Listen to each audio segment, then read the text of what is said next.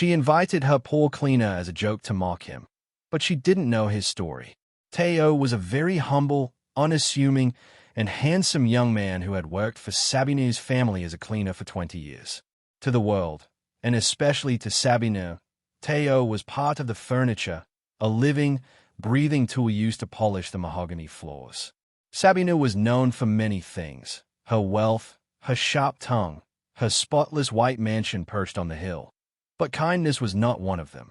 She had built her fortune on a cold belief that the world was divided into two kinds of people: those who mattered and those who didn't. Teo, in her mind, belonged firmly to the second category. For 20 long years, he quietly swept the floors, polished silver, washed her cars, and sometimes drove her when her usual driver was unavailable. He never complained. He never asked for favors. He never told stories about himself. And that silence, Sabine mistook it for emptiness. Before we continue, please subscribe to the channel and tell me where you are watching from. It was a typical Monday morning at the Sabine's mansion. The sun was shining bright, and the staff were busy with their daily chores.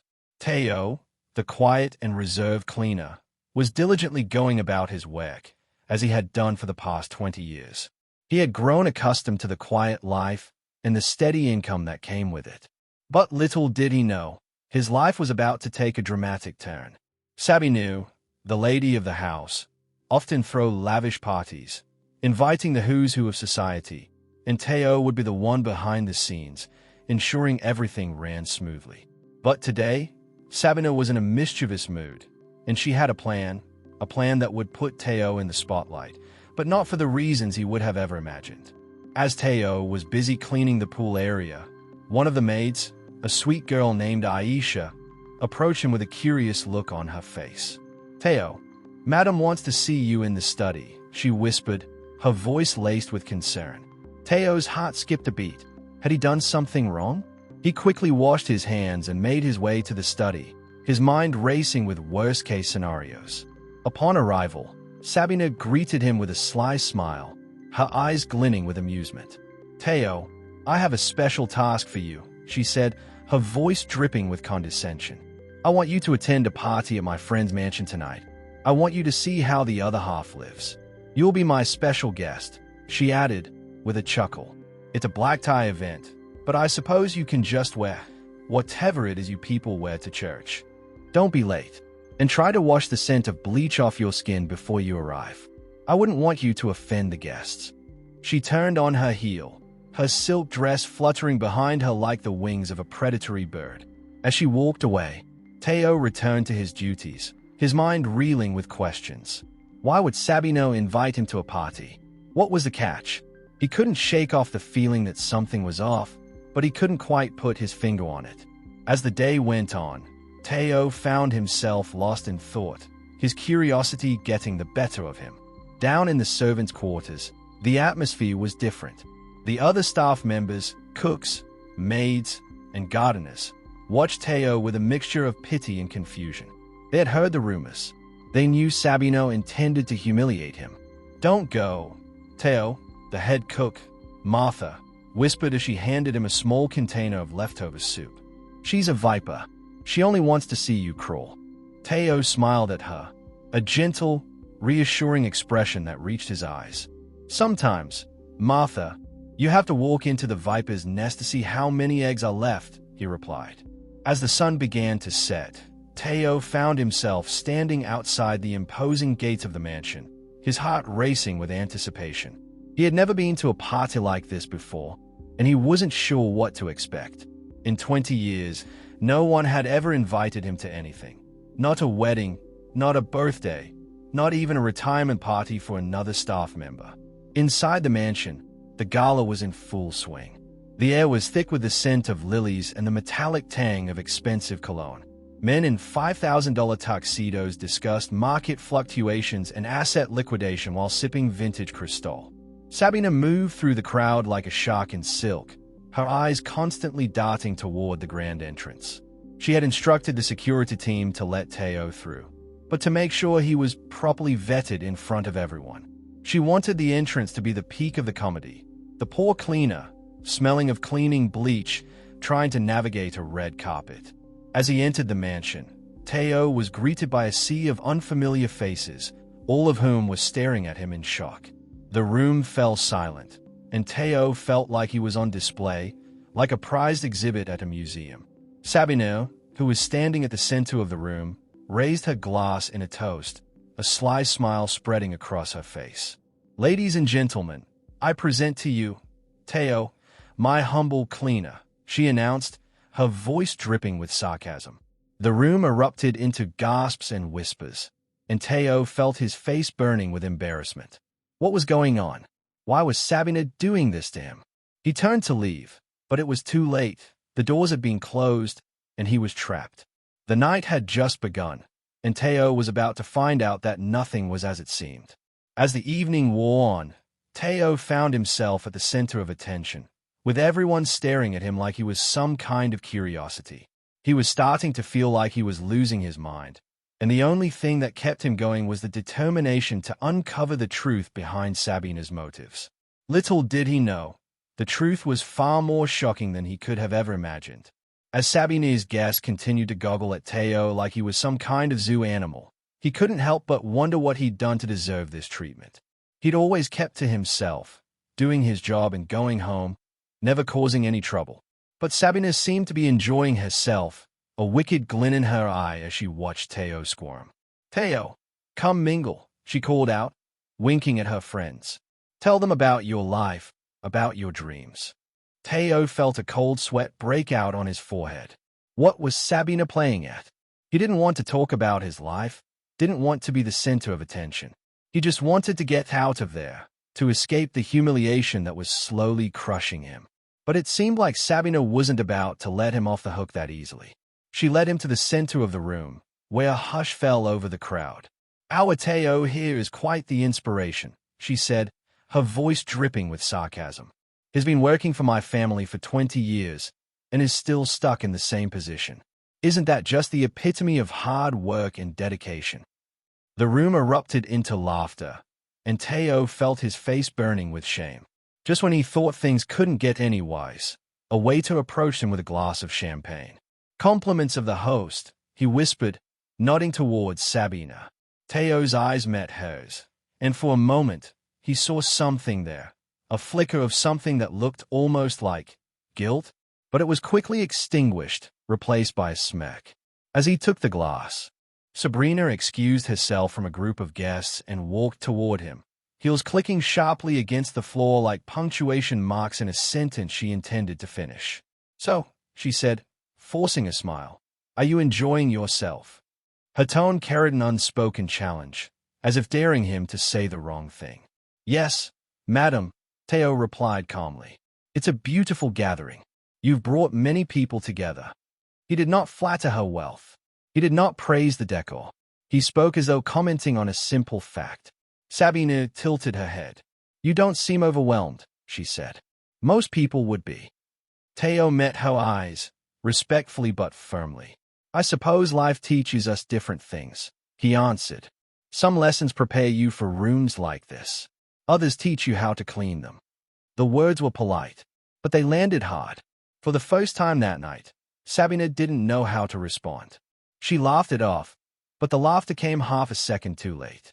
She excused herself again, this time more abruptly, leaving Teo standing alone, but no longer unnoticed. But then came the moment no one planned for. The host announced there would be music before dessert. The hired pianist had not yet arrived, delayed by traffic. An awkward pause settled in. Sabine felt irritation rising, another imperfection in her perfect night.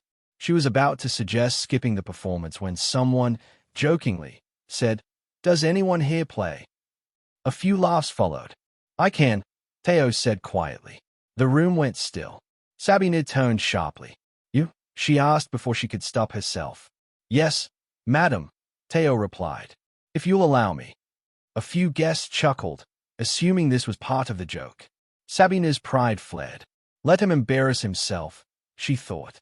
That would restore order. With a dismissive wave, she said, "Go ahead." Teo walked toward the grand piano.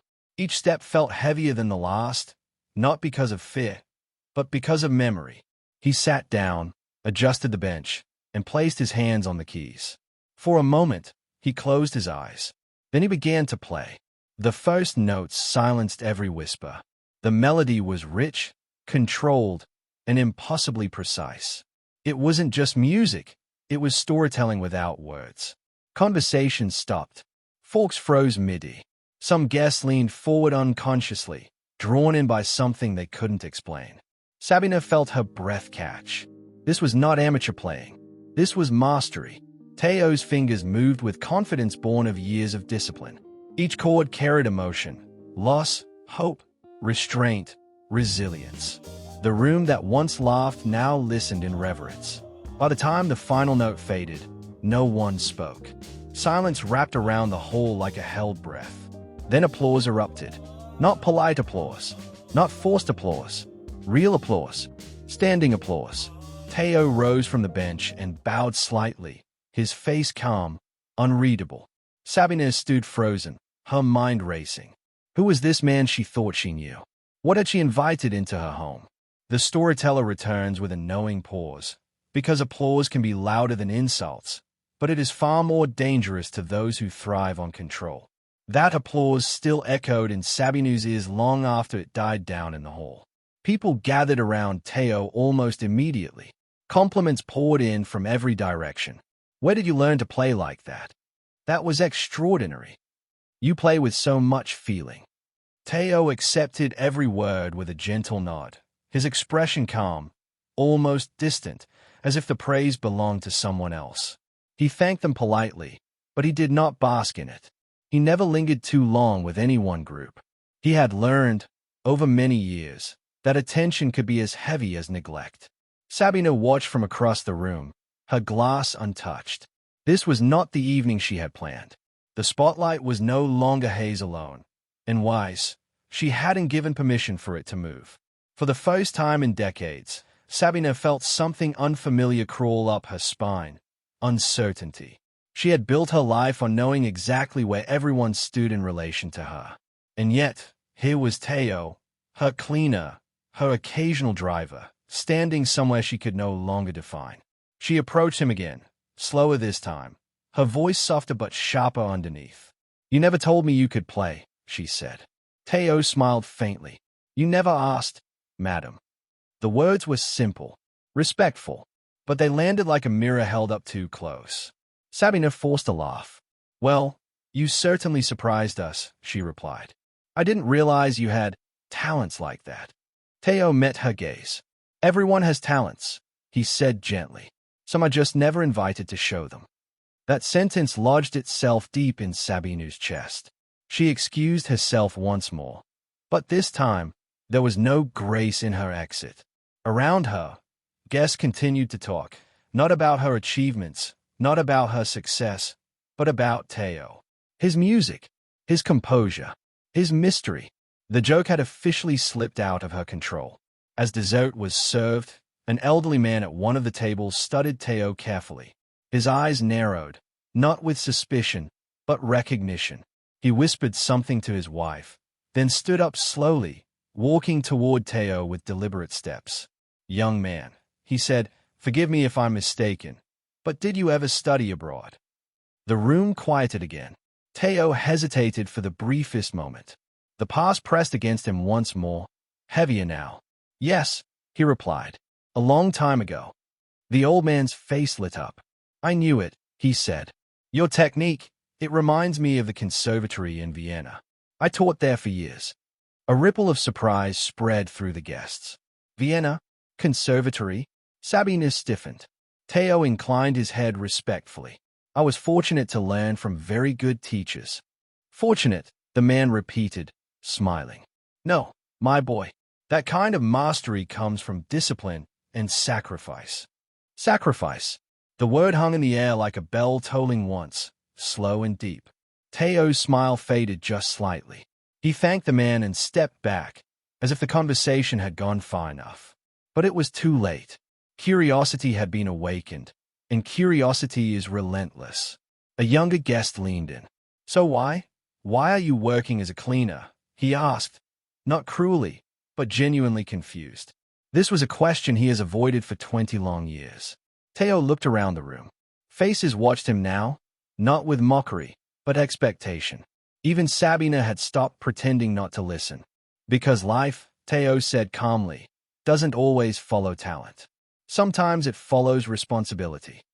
Teo's eyes scanned the room, searching for an escape route. That's when he spotted her, a woman who looked out of place among the designer-clad guests. She was dressed in a simple black dress, her hair pulled back in a neat bun, and she was staring at him with an intensity that made his skin prickle. Who was she? And why was she looking at him like that? The woman pushed her way through the crowd, her eyes never leaving Teo's face. Sabina, may I have a word with Teo? She asked, her voice firm and commanding. Sabina raised an eyebrow, clearly taken aback by the woman's audacity. Ah, Dr. Patel, I didn't know you were acquainted with our humble cleaner, she said, her tone dripping with condescension. Dr. Patel? Teo's mind was spinning. This was the famous Dr. Patel, the renowned philanthropist and businesswoman. What did she want with him? I think there's been a misunderstanding, Dr. Patel said, her voice cutting through the tension. Teo, would you like to come with me? Teo nodded, still trying to process what was happening. As he followed Dr. Patel out of the room, he caught Sabini's eye, and for a moment, he saw a flicker of fear there. What had he just gotten himself into? As they stepped into the cool night air, Dr. Patel turned to him, a kind smile on her face. Teo, I'm so sorry about this. I had no idea Sabina was planning this. But I'm here now, and I'm going to make it right. Make it right? What did she mean? And how did she know his name? Teo, I have a message for you, she said, her eyes shining with tears. Your father sent me. He wants to see you. Teo's world came to a standstill. His father? But his father was. His father was dead, or at least, that's what he'd been told. The memories came flooding back. Memories of a man he'd loved and lost, a man who'd left him with nothing but a handful of memories and a promise that he'd always be there. Teo, I'm so sorry, Dr. Patel said, her voice full of compassion. I know this is a lot to take in, but we don't have much time. Your father is alive, and has been searching for you for years. Teo's mind was reeling. Alive? Searching for him? What was going on? He felt like he was trapped in some kind of nightmare, and he couldn't wake up. Please, come with me, Dr. Patel said, taking his arm. Your father is waiting. Teo nodded, still trying to process everything. As they drove through the city, Dr. Patel told him about his father's past, about the secrets he'd kept hidden for so long. Teo, your father is a very wealthy man, she said, her eyes shining with tears. He made his fortune in business, but he lost everything in a tragic accident. He remembered his father's tragic accident, though the body was never found. He had been forced to drop out of the prestigious boarding school in Vienna after the accident, and since he couldn't afford to pay tuition or his living expenses, he had to leave the country almost immediately. After 20 years, he just learnt his father was not just alive but a very wealthy man. The only thing he was able to save was a small trust fund for you, a fund that would ensure you'd never have to struggle like he did. Dr. Patel continued. A small trust fund?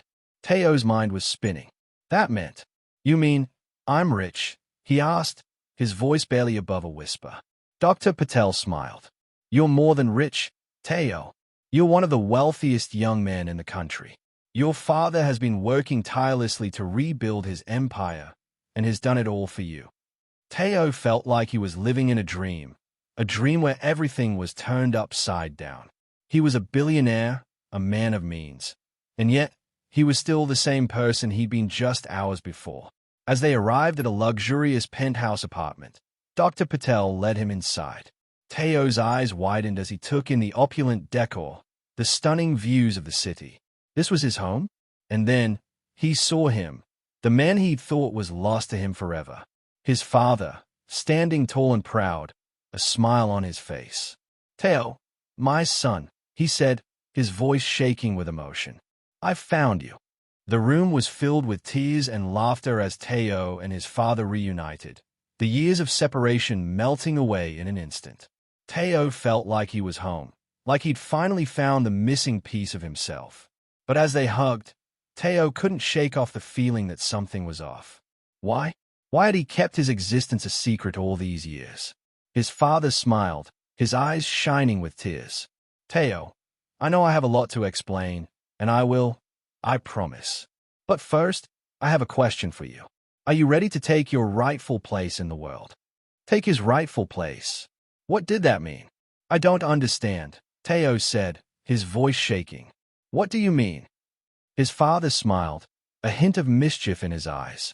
I mean, are you ready to take over the family business, to lead the company, and to claim your rightful place among the elite? Teo's mind was spinning. He was a cleaner, a nobody, and yet he was being offered a chance to become a somebody. I don't know, he stammered. His father nodded, a knowing smile on his face. That's okay, son. You don't have to decide now. But know this, you're not just a cleaner, you're a prince, a man of destiny, and the world is waiting for you. Teo looked into his father's eyes. He saw a fire burning there, a fire that ignited something within him. He knew that he had a choice to make, a choice that would change his life forever. As Teo stood there, his father's words echoing in his mind, he felt a mix of emotions. He was a prince, a man of destiny, and the world was waiting for him. But what did that mean? What did it mean to be a part of the elite? What did it mean to lead the family business? Teo, I know this is a lot to take in, his father said, as he led him to a large window overlooking the city. But I want you to know that I'm proud of you. You've grown into a fine young man, and I couldn't be more proud to call you my son. Teo felt a lump form in his throat as he looked out at the city below. He had never seen it from this perspective before, and it was breathtaking. But I have to ask, his father continued, what are your plans? What do you want to do with your life? Teo thought for a moment. He had always just tried to survive, to make ends meet. He had never really thought about the future. I don't know, he said, feeling a bit embarrassed. His father nodded, a knowing smile on his face. That's okay, son. You don't have to have it all figured out. But I want you to know that I will support you, no matter what you choose to do. As they talked, Teo began to open up, sharing his dreams and aspirations. His father listened intently, offering words of wisdom and advice. Teo felt a sense of peace wash over him, a sense of belonging. As Teo stood there, his father's words echoing in his mind, he felt a mix of emotions. He was a prince, a man of destiny, and the world was waiting for him. But what did that mean? What did it mean to be a part of a world he'd only ever read about? Teo, I know this is a lot to take in, his father said, his voice gentle. But I want you to know that I'm here for you, and I'll guide you every step of the way. Teo nodded, still trying to process everything. He looked around the room, taking in the opulent decor, the stunning views of the city. This was his world. Now, as he turned back to his father, he saw a figure, standing in the shadows, a figure who seemed to be watching him with an intensity that made his skin prickle. Teo, I want you to meet someone, his father said, beckoning the figure forward. This is Marcus, my trusted advisor and friend. Marcus stepped forward, a tall, imposing figure with a stern expression. But as he looked at Teo, his eyes softened, and he smiled. Teo, it's an honor to finally meet you, Marcus said, his voice deep and smooth. Your father has told me so much about you. Teo nodded, still trying to process everything. As he shook Marcus's hand, he felt a sense of unease, a feeling that there was more to Marcus than met the eye. Marcus has been with me since the beginning, his father said, his eyes shining with gratitude. He's been a loyal friend and advisor, and I'll trust him with my life. Teo nodded, making a mental note to keep an eye on Marcus. As they talked, he couldn't shake off the feeling that there was more to his father's story, more to the secrets he'd kept hidden. Father, I have a question, Teo said, his voice hesitant. Why did you leave me? Why did you keep your existence a secret? His father's expression changed, a look of pain and regret crossing his face. Teo, I'm sorry, he said, his voice shaking. I had to leave you. I had to protect you. But I'll tell you everything. I promise. Just not now. Not yet. Teo nodded, understanding. He knew that his father would tell him everything in time. As they talked, he couldn't help but think about Sabina, about the way she'd treated him. He wanted to make her pay, to show her that he was more than just a cleaner. Teo, I have a plan, Marcus said, his voice low and smooth. A plan to take down Sabina, to show her that she messed with the wrong person. Teo's eyes narrowed. What did Marcus have in mind? As they talked, Teo's phone buzzed in his pocket. He pulled it out, his eyes widening as he saw the message on the screen. It's Sabina, he said, his voice low. She wants me to meet her at the office tomorrow morning. She says it's urgent. Marcus's eyes narrowed. This is it, he said, his voice dripping with anticipation. This is our chance to take her down. Teo nodded, a plan forming in his mind. He would go to the meeting, and he would show Sabina that he was not to be underestimated. As he looked at his father, he saw a proud smile on his face. Teo, you're ready, he said, his voice full of emotion. You're ready to take on the world. As Teo arrived at the office the next morning, he felt a sense of calm wash over him. He was no longer just a cleaner. He was a man with a purpose. He was a man with a plan. Sabina greeted him with a smile, but Teo could see the desperation in her eyes. She was worried, and she should be. Teo, I'm so glad you came, she said, her voice sugary sweet. I wanted to apologize for my behavior the other night. I was out of line, and I'm truly sorry. Teo smiled, a cold, calculating smile. Apology accepted, he said, his voice dripping with confidence. But I think there's more to it than that. Don't you, Sabina? Sabina's eyes narrowed, but she kept her cool. What do you mean, Teo? Teo leaned in, his voice low and menacing. I mean, I know what you've been doing, Sabina. I know about the embezzlement, the money laundering, the schemes to take down your competitors. I know it all. Sabina's face went white, and she stumbled backward. How did you? Teo smiled, a wicked glint in his eye. Let's just say I have my sources, Sabina, and I have proof. As Sabina's world came crashing down around her, Teo felt a sense of satisfaction. He had her, and he knew it. But just as Sabina was about to crack, Marcus stepped forward, a tape recorder in his hand. I think this is the evidence we need to take her down, he said, a smile spreading across his face.